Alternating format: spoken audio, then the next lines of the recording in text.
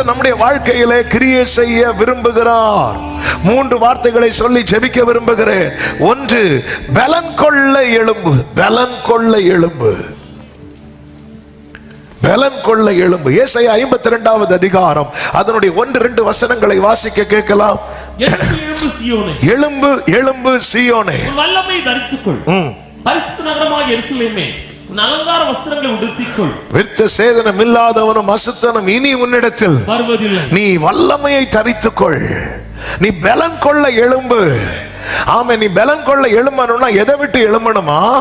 தூசியை ஊதறி விட்டு எழும்பு. எருசலேமே, நீ வீட்டிரு. சிறைப்பட்டு போன சீயோன் குமாரத்தியே, கழுத்தில் உள்ள கட்டுகளை அவிழ்த்து விடு. தூசியை ஊதறி விட்டு எழும்பு. பாபிலோனின் சிறையிருப்பை குறித்து சொல்லப்பட்டிருக்கிறது. நல்ல கவனமா கேளுங்க. இங்கே ஆண்டவர் சொல்ல விரும்புகிற காரியம் என்ன தெரியுமா? 137வது சங்கீதம் அதனுடைய 1-2 வசனங்களிலே சொல்லப்பட்டிருக்கிறது. பாபிலோன் ஆறுகள் அருகே நாங்கள் உட்கார்ந்து அங்கே சீயோனை நினைத்து அழுதோம். வாழ்க்கையில ஒரு இழப்பு நஷ்டங்கள் வரும்போது அழுகை வருவது இயல்பு. ஆனால் நீ எத்தனை காலம் தான் அழுது கொண்டே இருப்பாய்? நாங்கள் உட்கார்ந்து அழுதோம். ஆண்டவர் சொல்ற அந்த தூசியை தட்டு. பைபிள்ல நீங்க பாத்தீங்கன்னா வாழ்க்கையில ஒரு பெரிய பேரிழப்பு வரும்போது எல்லாரும் எங்க உட்காருவாங்கன்னா ரெட்டுடுத்தி சாம்பல்ல உட்காருவாங்க. ஆண்டவர் உட்கார விடுவார். ஆனா எப்பவுமே உட்கார கூடாது. நீ அடுத்த ஸ்டெப்புக்கு போனோம்.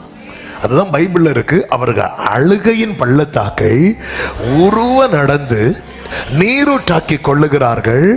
அவர்கள் பலத்தின் மேல் நீ பலன் கொள்ள எழும்பு. நீ அழுற, சரி அழு, கொஞ்ச நேரம் அழு, ஒரு 3 நாள் அழட்டும். ஆனா அதுக்கப்புறம் மரியாளே, நீ இன்னும் வீட்டிலே உட்கார்ந்து இருக்க கூடாது. நீ பலன் கொள்ள எழும்பணும். ஆண்டவரே, நீங்க தான் ஒண்ணு செய்யலையே, நான் அதுக்கப்புறம் செய்யறேன், நீ முதல்ல எழும்பு. எங்க மரியாள் இன்னும் உட்கார்ந்து அழுதுட்டு இருக்கிற. ஆண்டவரே, அவளை எழும்பி வர சொல்லு. நான் 3 நாள் அவளை அழ விட்டேன், என்ன 4வது நாள் அழுதுட்டு இருக்கிறா. ஆமே, நீ எவ்வளவு நாள் உட்கார்ந்து அழுதுட்டு இருப்ப?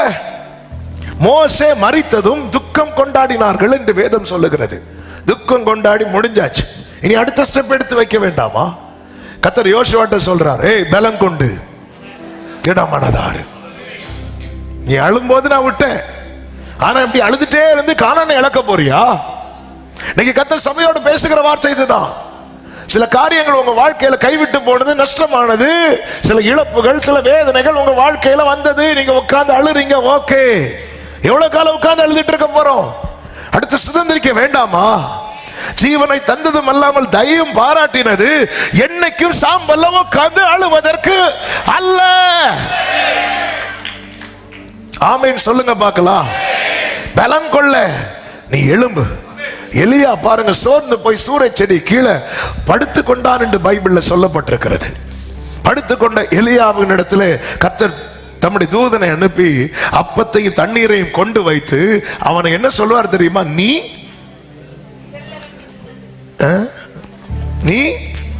எழுந்து, சொல்லுங்க எழுந்து. நீங்க அந்த வசனம் படிச்சீங்கன்னா தெரியும். 1 ராஜாக்கள் 19வது அதிகாரம் அதனுடைய 5-6 வசனங்களை பாருங்க. ஒரு சூறை செடியில் படுத்துக்கொண்டு நித்திரை பண்ணினான். அப்பொழுது ஒரு தூதன் அவனை தட்டி எழுப்பி, எழுந்திருந்து போஜனம் பண்ணு. எழுந்து இருந்து போஜனம் பண்ணு. அடுத்த வார்த்தை, அவன் விழித்து பார்க்கிற போது இதோ தலையில் சுடப்பட்ட அடையும் ஒரு பாத்திரத்தில் தண்ணீரும் தலைமாட்டில் இருந்தது. ஓகே, அப்பொழுது அவன் எழுந்து இருந்துன்னு இருக்கா? அவன் புசித்து குடிச்சல படுக்கையில அப்படி படுத்துட்டே எழும்பி உட்கார்ந்த ஒருவேளை மைண்ட் மாறிட்டுனா. இங்க போஜனத்தை வச்சது இவனை எழுப்ப. நல்ல அந்த வசனத்தை இன்னும் கொஞ்சம் டைம் இல்ல, 3 பாயிண்ட் சொல்லணும். தூதன் வந்து சொல்லும் போது சொன்னதுக்கு அப்புறம் தான் நம்ம ஆளே கண்ணே திறக்கிறார். அப்போ அவர் பார்க்கிறாரு, சொப்பனத்துல பார்த்தாரா, தரிசனத்துல பார்த்தாரா? ஒரு தூதன் சொல்லும் போது கண்ணை மூடிட்டு இருக்கிறார். கண்ணை திறக்கும் போது யாரு இல்லை, தூதன் இல்லை. ஆனா என்ன இருந்துச்சு? அவர் சொன்ன ஆகாரம் இருந்தது. இப்படிதான் கர்த்தர் நடத்துவார். ஆமென். அவருடைய வார்த்தை இருக்குது. அவருடைய வார்த்தை, அந்த வார்த்தை கர்த்தர் எப்படியெல்லாம் நமக்கு தாராருன்னு தெரியாது. பல நேரத்தில் தூதர்கள் கொண்டு வந்து தருவார்கள், பல நேரத்தில் அவரே சொல்லுவார், இதோ நான் முந்தினவரும் பிந்தினவரும் என்று அவரே சொல்லுவார். ஆனா அவர் சொன்னதெல்லாம் நம்ம கண்ணை திறந்து பார்த்தா இருக்கும். என்னென்ன சொன்னார்? இவர் அப்படியே சாப்பிட்டுட்டு அப்படியே படுத்துட்டாரு. திருப்பியும் அடுத்த வசனத்தில் சொல்லப்பட்டிருக்கிறது, கர்த்தருடைய தூதன் திரும்ப இரண்டாம் தரம் அவனை தட்டி எழுப்பி, எழுந்திருந்து போஜனம் பண்ணு, நீ பண்ண வேண்டிய பிரயாணம் வெகு தூரம். அடுத்த வசனம், அப்பொழுது அவன் எழுந்திருந்து புசித்து குடித்து. எவ்வளவு ஆகாரத்தை கர்த்தர் கொடுக்கிறார். வார்த்தை என்ன ஆகாரம். ஆனா நம்ம அதிலே அந்த சாம்பல்லையே உட்கார்ந்து சாப்பிட்டு இருக்கிறோம். ஆமே. நீ கவலைப்படாதே, நான் உன்னை கைவிட மாட்டேன், நீங்க தான் உண்டு ஆண்டவரே. அங்கேயே உட்கார்ந்து இருக்கிறோம், அதுலயே உட்கார்ந்து இருக்கிறோம். ஆண்டவரே, முன்ன சும்மா சாப்பிட்டு கொஞ்ச நேரம் ஒரு 2 மணிக்கு ஒரு சர்ச்சிலையாவது நிம்மதியா இருக்கலான்னு வந்தோம். அதுக்கப்புறம் ஆமென், ஆண்டவர் கொஞ்ச நாள் அழ விட்டாரு. எவ்வளவு நாள் நீ அழுதுட்டு இருப்ப? யாக்கோபே, இவைகளை நினை. நீ அழுதுட்ட, ஓகே. துக்கம் கொண்டாடின நாட்கள் முடிந்த பின்பு அப்படிதான் இருக்கும். மோசைக்காக அழுத போது நம்முடைய உணர்வுகளை ஆண்டவர் மைண்ட் பண்ணாதவர் கிடையாது. வேதம் சொல்லுகிறது, உபத்திரவனுடைய உபத்திரவத்தை அவர் அற்பமா எண்ணவே மாட்டார். அவரை மாதிரி நம்முடைய உணர்வுகளை மதிக்கிறதுக்கு வேற யாருக்குமே கிடையாது. ஆகார் அழுதாலும் ஏன் அழுறேன்னு கேட்பார். மரியாள் அழுதாலும் ஏன் அழுற? உயிர் தெழுந்த இயேசுவனுடைய ஃபர்ஸ்ட் அசைன்மெண்ட் என்னன்னா, யாரை போய் பார்க்கணும்? பிதாவை போய் பார்க்கணும். போட மாட்டேங்கிறாங்க சிலர், அழுதே போட மாட்டாங்க. சில புருஷர்கள்லாம் இதுவரை போயிட்டு வரேன்னு கிளம்புவாங்க, அவ்வளவுதான், முடிஞ்சு, பிரயாணம் கேன்சல். இங்க இருந்த அம்மா இருந்து அதான் தூதர்களை வச்சு சொல்லியாச்சு. அண்ணன் சொல்லிப்பார், சொல்லி அனுப்பிவிடு, இல்லைன்னா இங்க இருந்து நீங்கள் யாரை தேடுகிறீர்கள், நீங்க போங்க, அவர் இங்கே இல்லை, உயிரோடு இருந்தார். எல்லாரும் போயிட்டாங்க, ஒரு அம்மா மட்டும் பார்த்து ஆண்டவர் நின்றார். ஏமா அழுற? ஏன் அழுற? ஏன் அழுற? இதான் ஆண்டவர். என் உணர்வுகளை மதிக்கிற கர்த்தர், என் உணர்வுகளை.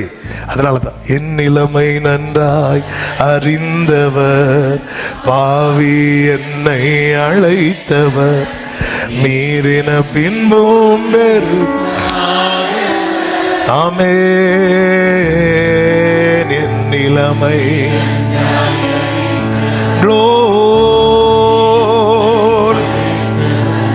மீறின பின்பும் வெறுக்காதவர், உம்மை போல் என்னை நேசிக்க நேசித்தவரில் இது போல் அன்பை என்னும். நல்ல கவனமா கேளுங்க. யோபுவின் வாழ்க்கையில சரியான இழப்பு. அந்த இழப்பெல்லாம் சான்ஸே கிடையாது. யோபு என்ன பண்ணாருன்னா, ஒரு ஓட்டை எடுத்து தன்னை சுரண்டி கொண்டு எங்க உட்கார்ந்தார் தெரியுமா? சாம்பல்ல போய் உட்கார்ந்தார். ஆண்டவர் உடனே எழும் சொல்லல, அவன் அழட்டும், அவன் மனசுல என்னெல்லாம் இருக்கும் எல்லாம் பேசட்டும். யோபுவின் புஸ்தகம் 31வது அதிகாரம் அதனுடைய 40வது வசனத்தை பாருங்கள். 31:40. கோதுமைக்கு பதிலாக முள்ளும் வாக்கோதுமைக்கு பதிலாக கடலில் முளைக்க கடவுள் என்றார். யோபின் வார்த்தைகள் முடிந்தது. யோபின் வார்த்தைகள் இதுவரைக்கும் ஆண்டவர் அமைதியா இருக்கிறார். அடுத்து பேசலான்னு வரும்போது இடையில இன்னொருத்தர் பேசிட்டு இருக்கிறான். யாரு? எலிகோ. சரி, எலி எல்லாம் இடையில ஓடிட்டு இருக்கும். கர்த்தர் பேசு, சாம்பல்ல உட்கார்ந்து பேசு. பேசி முடிச்சதும் எலிகோ மேட்டரை விட்டுருங்க. இப்போ யோபுவின் வார்த்தை வார்த்தை முடிந்ததும் 38வது அதிகாரத்துல, அப்பொழுது கர்த்தர் பெருங்காற்றிலிருந்து யோபுவுக்கு உத்தரவாக. அப்ப யோபுவின் வார்த்தை முடிஞ்சதும் அடுத்த உத்தரவு யார்கிட்ட இருந்து வருது? கர்த்தர்ட்ட இருந்து வருது. நிறைய உத்தரவு இப்படி வர வர இடையில சில எலி கடந்து ஓடி ஓடி, அதனாலதான் உத்தரவாக ஆண்டவர் பேசும்போது முதல்ல எலிகுவை ஸ்டாப் பண்ற. என்ன பண்ற பிறகு 2வது வசனம், அறிவில்லாத வார்த்தைகளினால் ஆலோசனை அந்தகாரப்படுத்துகிறதற்கு இவன் யார்? அவரை விட்டு தள்ளு. அடுத்த வார்த்தை எலிகு மேட்டர் விடு. அவங்க எல்லாம் இப்படிதான் பேசிட்டு இருப்பாங்க. நீ சாம்பல்ல உட்கார்ந்தா எல்லாரும் பேசதான் செய்வாங்க. அதை விடு. இப்போதும் இந்த வேடதான் கவனிக்கணும். புருஷனை போல இடை கட்டிக்கொள். அதன் அர்த்தம் என்னன்னா எழும்பு. அடுத்த ஸ்டெப் நீ வைக்கணும். நீ பலம் கொள்ளணும். நீ பலம் கொள்ளணும். நீ சாம்பல்லே உட்காந்து நீ புலம்பு. நீ எவ்வளவு பேச முடியுமோ பேசிட்ட. நான் வெயிட் பண்ணிட்டு இருந்தேன். யோபுவின் வார்த்தை முடிந்தது, கர்த்தருடைய வார்த்தை தொடருது. உன் மனசுல இருக்கிறதெல்லாம் ஊற்று. அண்ணாலே நீ ஊற்றுறது வரைக்கும் ரேமா வராது. ஏன்னா வந்தாலும் அதை அக்செப்ட் பண்ற இருதயம் உனக்கு இல்ல. உன் மனசுல அவ்வளவு அங்கலாய்ப்பு இருக்கும் போது எல்கானா எத்தனை வார்த்தைகளை சொன்னான், ஒரு வார்த்தையாவது உன் இருதயத்தில் போனதா? இல்ல. ஏன் போகல? நீ தூசியில உட்கார்ந்து இருக்கிற, வலியில உட்கார்ந்து இருக்கிற, வேதனையில உட்கார்ந்து இருக்கிற. வா, வந்து ஊற்று. அண்ணாள் இருதயத்தை தேவ சமூகத்துல ஃபுல்லா ஊற்றுனதுக்கு அப்புறம் ஏலி மூலமா கர்த்தர் பேசுறார். உன் வேண்டுதலை கர்த்தர் உனக்கு கட்டளையிடுவார். யோபு சாம்பல்ல உட்கார்ந்தார், பேசுறார், பேசிட்டே இருக்கிறார். இடையில கொஞ்சம் சொன்னது போல ஆண்டவர் அதை மைண்டே பண்ணல. அவன் யாரு அப்படின்ட்டார். எனக்கு அவனை தெரியாது, எனக்கு ஒன்னதான் தெரியும். நல்லா புரிஞ்சுக்கோங்க, இதுதான் ஆண்டவர். அல்லேலூயா. நீங்க கஷ்டப்படுறீங்க, அவங்க நல்லா இருக்கிறாங்கன்னு பார்த்து நீங்க ஃபீல் பண்றீங்க இல்ல. ஆண்டவர் என்ன சொல்வார் தெரியுமா? எனக்கு அவங்களுக்கு தெரியாதுப்பா, எனக்கு ஒன்னதான் தெரியும், எனக்கு ஒன்னதான் தெரியும். ஆமென். நீ எழும்பு, புருஷனை போல. ஆமென். இடை கட்டிக்கொள். 40வது அதிகாரம் 6-7 வசனங்கள். அப்பொழுது கர்த்தர் பெருங்காற்றிலிருந்து யோபுவுக்கு உத்தரவு அருளினார். அடுத்த வார்த்தை, இப்போதும் புருஷனை போல அரை கட்டிக்கொள்ளு. நீ எழும்பு, பலன் கொள். ஓகே, அழுதாச்சு. நீ கர்த்தர் அவனை இப்படி ஸ்ட்ரெங்தன் பண்ணது எதுக்கு தெரியுமா? 42வது அதிகாரம் அவனுடைய முன்னிலைமையை பார்க்கலாம், அவனுடைய பின்னிலைமை ஆசீர்வாதமா இருந்தது. நீ தூசியிலே இருக்கிறது வரைக்கும் கர்த்தருக்கு ஒண்ணும் பண்ண முடியாது. தூசியை உதறி விட்டு எழும்பு சீயோனே, தூசியை உதறி விட்டு. ஆமென். உன் அழுகை எல்லாம் ஆனந்தமாய் மாற போகிறது. முட்செடிக்கு பதிலாக தேவதார் விருட்சம் முளைக்க போகிறது. எத்தனை பேர் விசுவாசிக்கிறீங்க? நல்ல கரங்களை தட்டி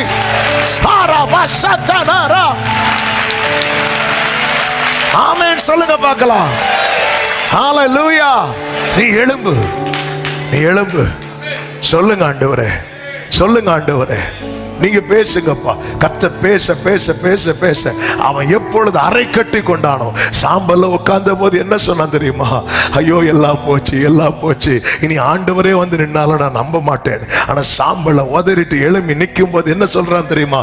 தேவரீர் சகலத்தையும் செய்ய வல்லவர், நீர் செய்ய நினைத்தது நல்ல கரங்களை தட்டி எஸ் எஸ் எஸ், நீங்க செய்ய நினைத்தது தடைபடாது. இதுதான் பலன் கொள்ளுகிறது. ஆமென். ஹalleluya. வேதனை சாதாரண வேதனை இல்ல, உணர்வுகளுக்கு கர்த்தர் மதிப்பு கொடுக்கிறார். ஆனா எத்தனை வருஷம் நீ உட்கார்ந்து அழுதுட்டு இருப்ப? எத்தனை வருஷம் அதே நினைச்சு பாட்டு பாடிட்டு இருப்ப? கர்த்தர் உனக்கு ஜீவனை தந்து தயை பாராட்டினது வாழ்க்கை ஃபுல்லா பாடிட்டு இருப்பதற்கல்ல. யாக்கோபே, நீங்க 22 வருஷம் அழுதது போதும். யாக்கோபே எழும்பு, யோசேப்பு உயிரோடு இருக்கிறான். இனி நீ இந்த சாம்பல்ல உட்கார்ந்து அழக்கூடாது. எழும்பு. ஓ ஜீசஸ், ஜீசஸ். ஹalleluya. யாக்கோபு ரொம்ப அழுதனால யோசேப்பு உயிரோடு இருக்கிறான்னு செய்தி கேட்டு ஆளுக்கு உயிர் போயிட்டு. ஹalleluya. சாம்பல்ல இருந்து எழும்பலன்னா அவனுக்கு இரட்டிப்பான நன்மை தரும் கேட்டாலே நமக்கு பானை உடைக்க வேண்டியதான். அவ்வளவுதான். நீ எழும்பு. என்ன ஒரு ஆச்சரியம்டா, யோசேப்பு மரித்தாங்கிற செய்தி கேட்ட போது நம்பினான். யாரு? யாக்கோபு. ஆனா உயிரோடு இருக்கிறாங்கிற செய்தி கேட்டதும் நம்பல. நமக்கு உரியதல்லாத வார்த்தைகளை நம்ப பழகிட்டோம்னா நமக்குரிய வார்த்தைகளை நம்பிட மாட்டோம். அதனாலதான் அந்நிய சத்தத்துக்கு நம்முடைய செவிகள் எப்பவுமே விலகிதான் இருக்கணும். எல்லாத்தையும் போட்டு கேட்டுட்டு இருக்கக்கூடாது. நம்முடைய ஸ்பிரிட்ல ஏதாவது டிஸ்டர்ப் ஆயிட்டுன்னா அந்த வார்த்தையை கண்டினியூ பண்ணக்கூடாது. ஏன்னா யூடியூப்ல இஷ்டத்துக்கு இருக்கும். ஹல்லேலூயா, ஆமே. எல்லாமே இப்போ நான் தொட்டேன்னா அது வேற சாப்டர். ஆனால் ஒரு தேவ பிள்ளை, அதனால தான் எப்போவுமே நானும் டெய்லி செய்தி கேட்டுகிட்டே இருப்பேன். ஆனால் சில செய்தி நம்ம ஸ்பிரிட்டில் டிஸ்டர்ப் ஆகுதுன்னு அந்த செய்தி அப்படியே விட்டுரும். அது யாராக இருந்தாலும் சரி, அது எவ்வளோ பெரிய ஆளாக இருந்தாலும் சரி, நமக்கு செட் ஆக மாட்டேங்குது. நமக்கு ஆவியில் போராட்டம் இருக்குது, இல்லை நமக்கு இது முரணாக இருக்குது, இல்லை ஆண்டவர் நம்மோடு பேசும்போது நமக்கு சமாதானம் உண்டாகும், இருதயத்தில் உணர்வு உண்டாகும், இருதயம் குத்தப்படும். சிலர் இந்த இருதயம் குத்தும் போது ஓடிடுவாங்க. அப்படி இல்லை. ஆமே, நான் சொல்றது நல்லா புரிந்து கொள்ள வேண்டும். எனவே தான் வேதத்தை ரொம்ப நேசித்து வேதத்தோடு உங்களை எவ்வளவு அதிகமாக நெருக்கமாக வைக்க முடியுமோ வைத்துக்கொள்ள வேண்டும். ஆனால் ஆண்டவரை பார்த்தீங்களா, யாருடைய வாய் யாக்கோபை இவ்வளவு அழ வச்சதோ அந்த வாயை வச்சு நல்லது சொல்ல வச்சார். ஹல்லேலூயா. எந்த கை உங்களுக்கு விரோதமாய் நீட்டப்பட்டதோ அந்த கையை உங்களுக்கு ஒத்தாசை செய்யும்படிக்கு கர்த்தர் அனுகூலம் செய்வார். ஆமென் சொல்லுங்க பார்க்கலாம். அதான் ஆண்டவர், நீ எழும்பி பலன் கொள்ளு, நீ எழும்பி பலன் கொள்ளு. சரி, அழுத எவ்வளவு நாள் தான் அழுதுட்டு இருப்ப, அடுத்த ஸ்டெப் எடுத்து வைக்க வேண்டாமா? எப்படி பலன் கொள்ள? கர்த்தர் கொடுக்கிற போஜனம், கர்த்தர் கொடுக்கிற போஜனம், பரலோக தகப்பன் தருகிற வார்த்தை. ஆமே, நீ எழுந்து உட்கார்ந்து பேசுங்கப்பா.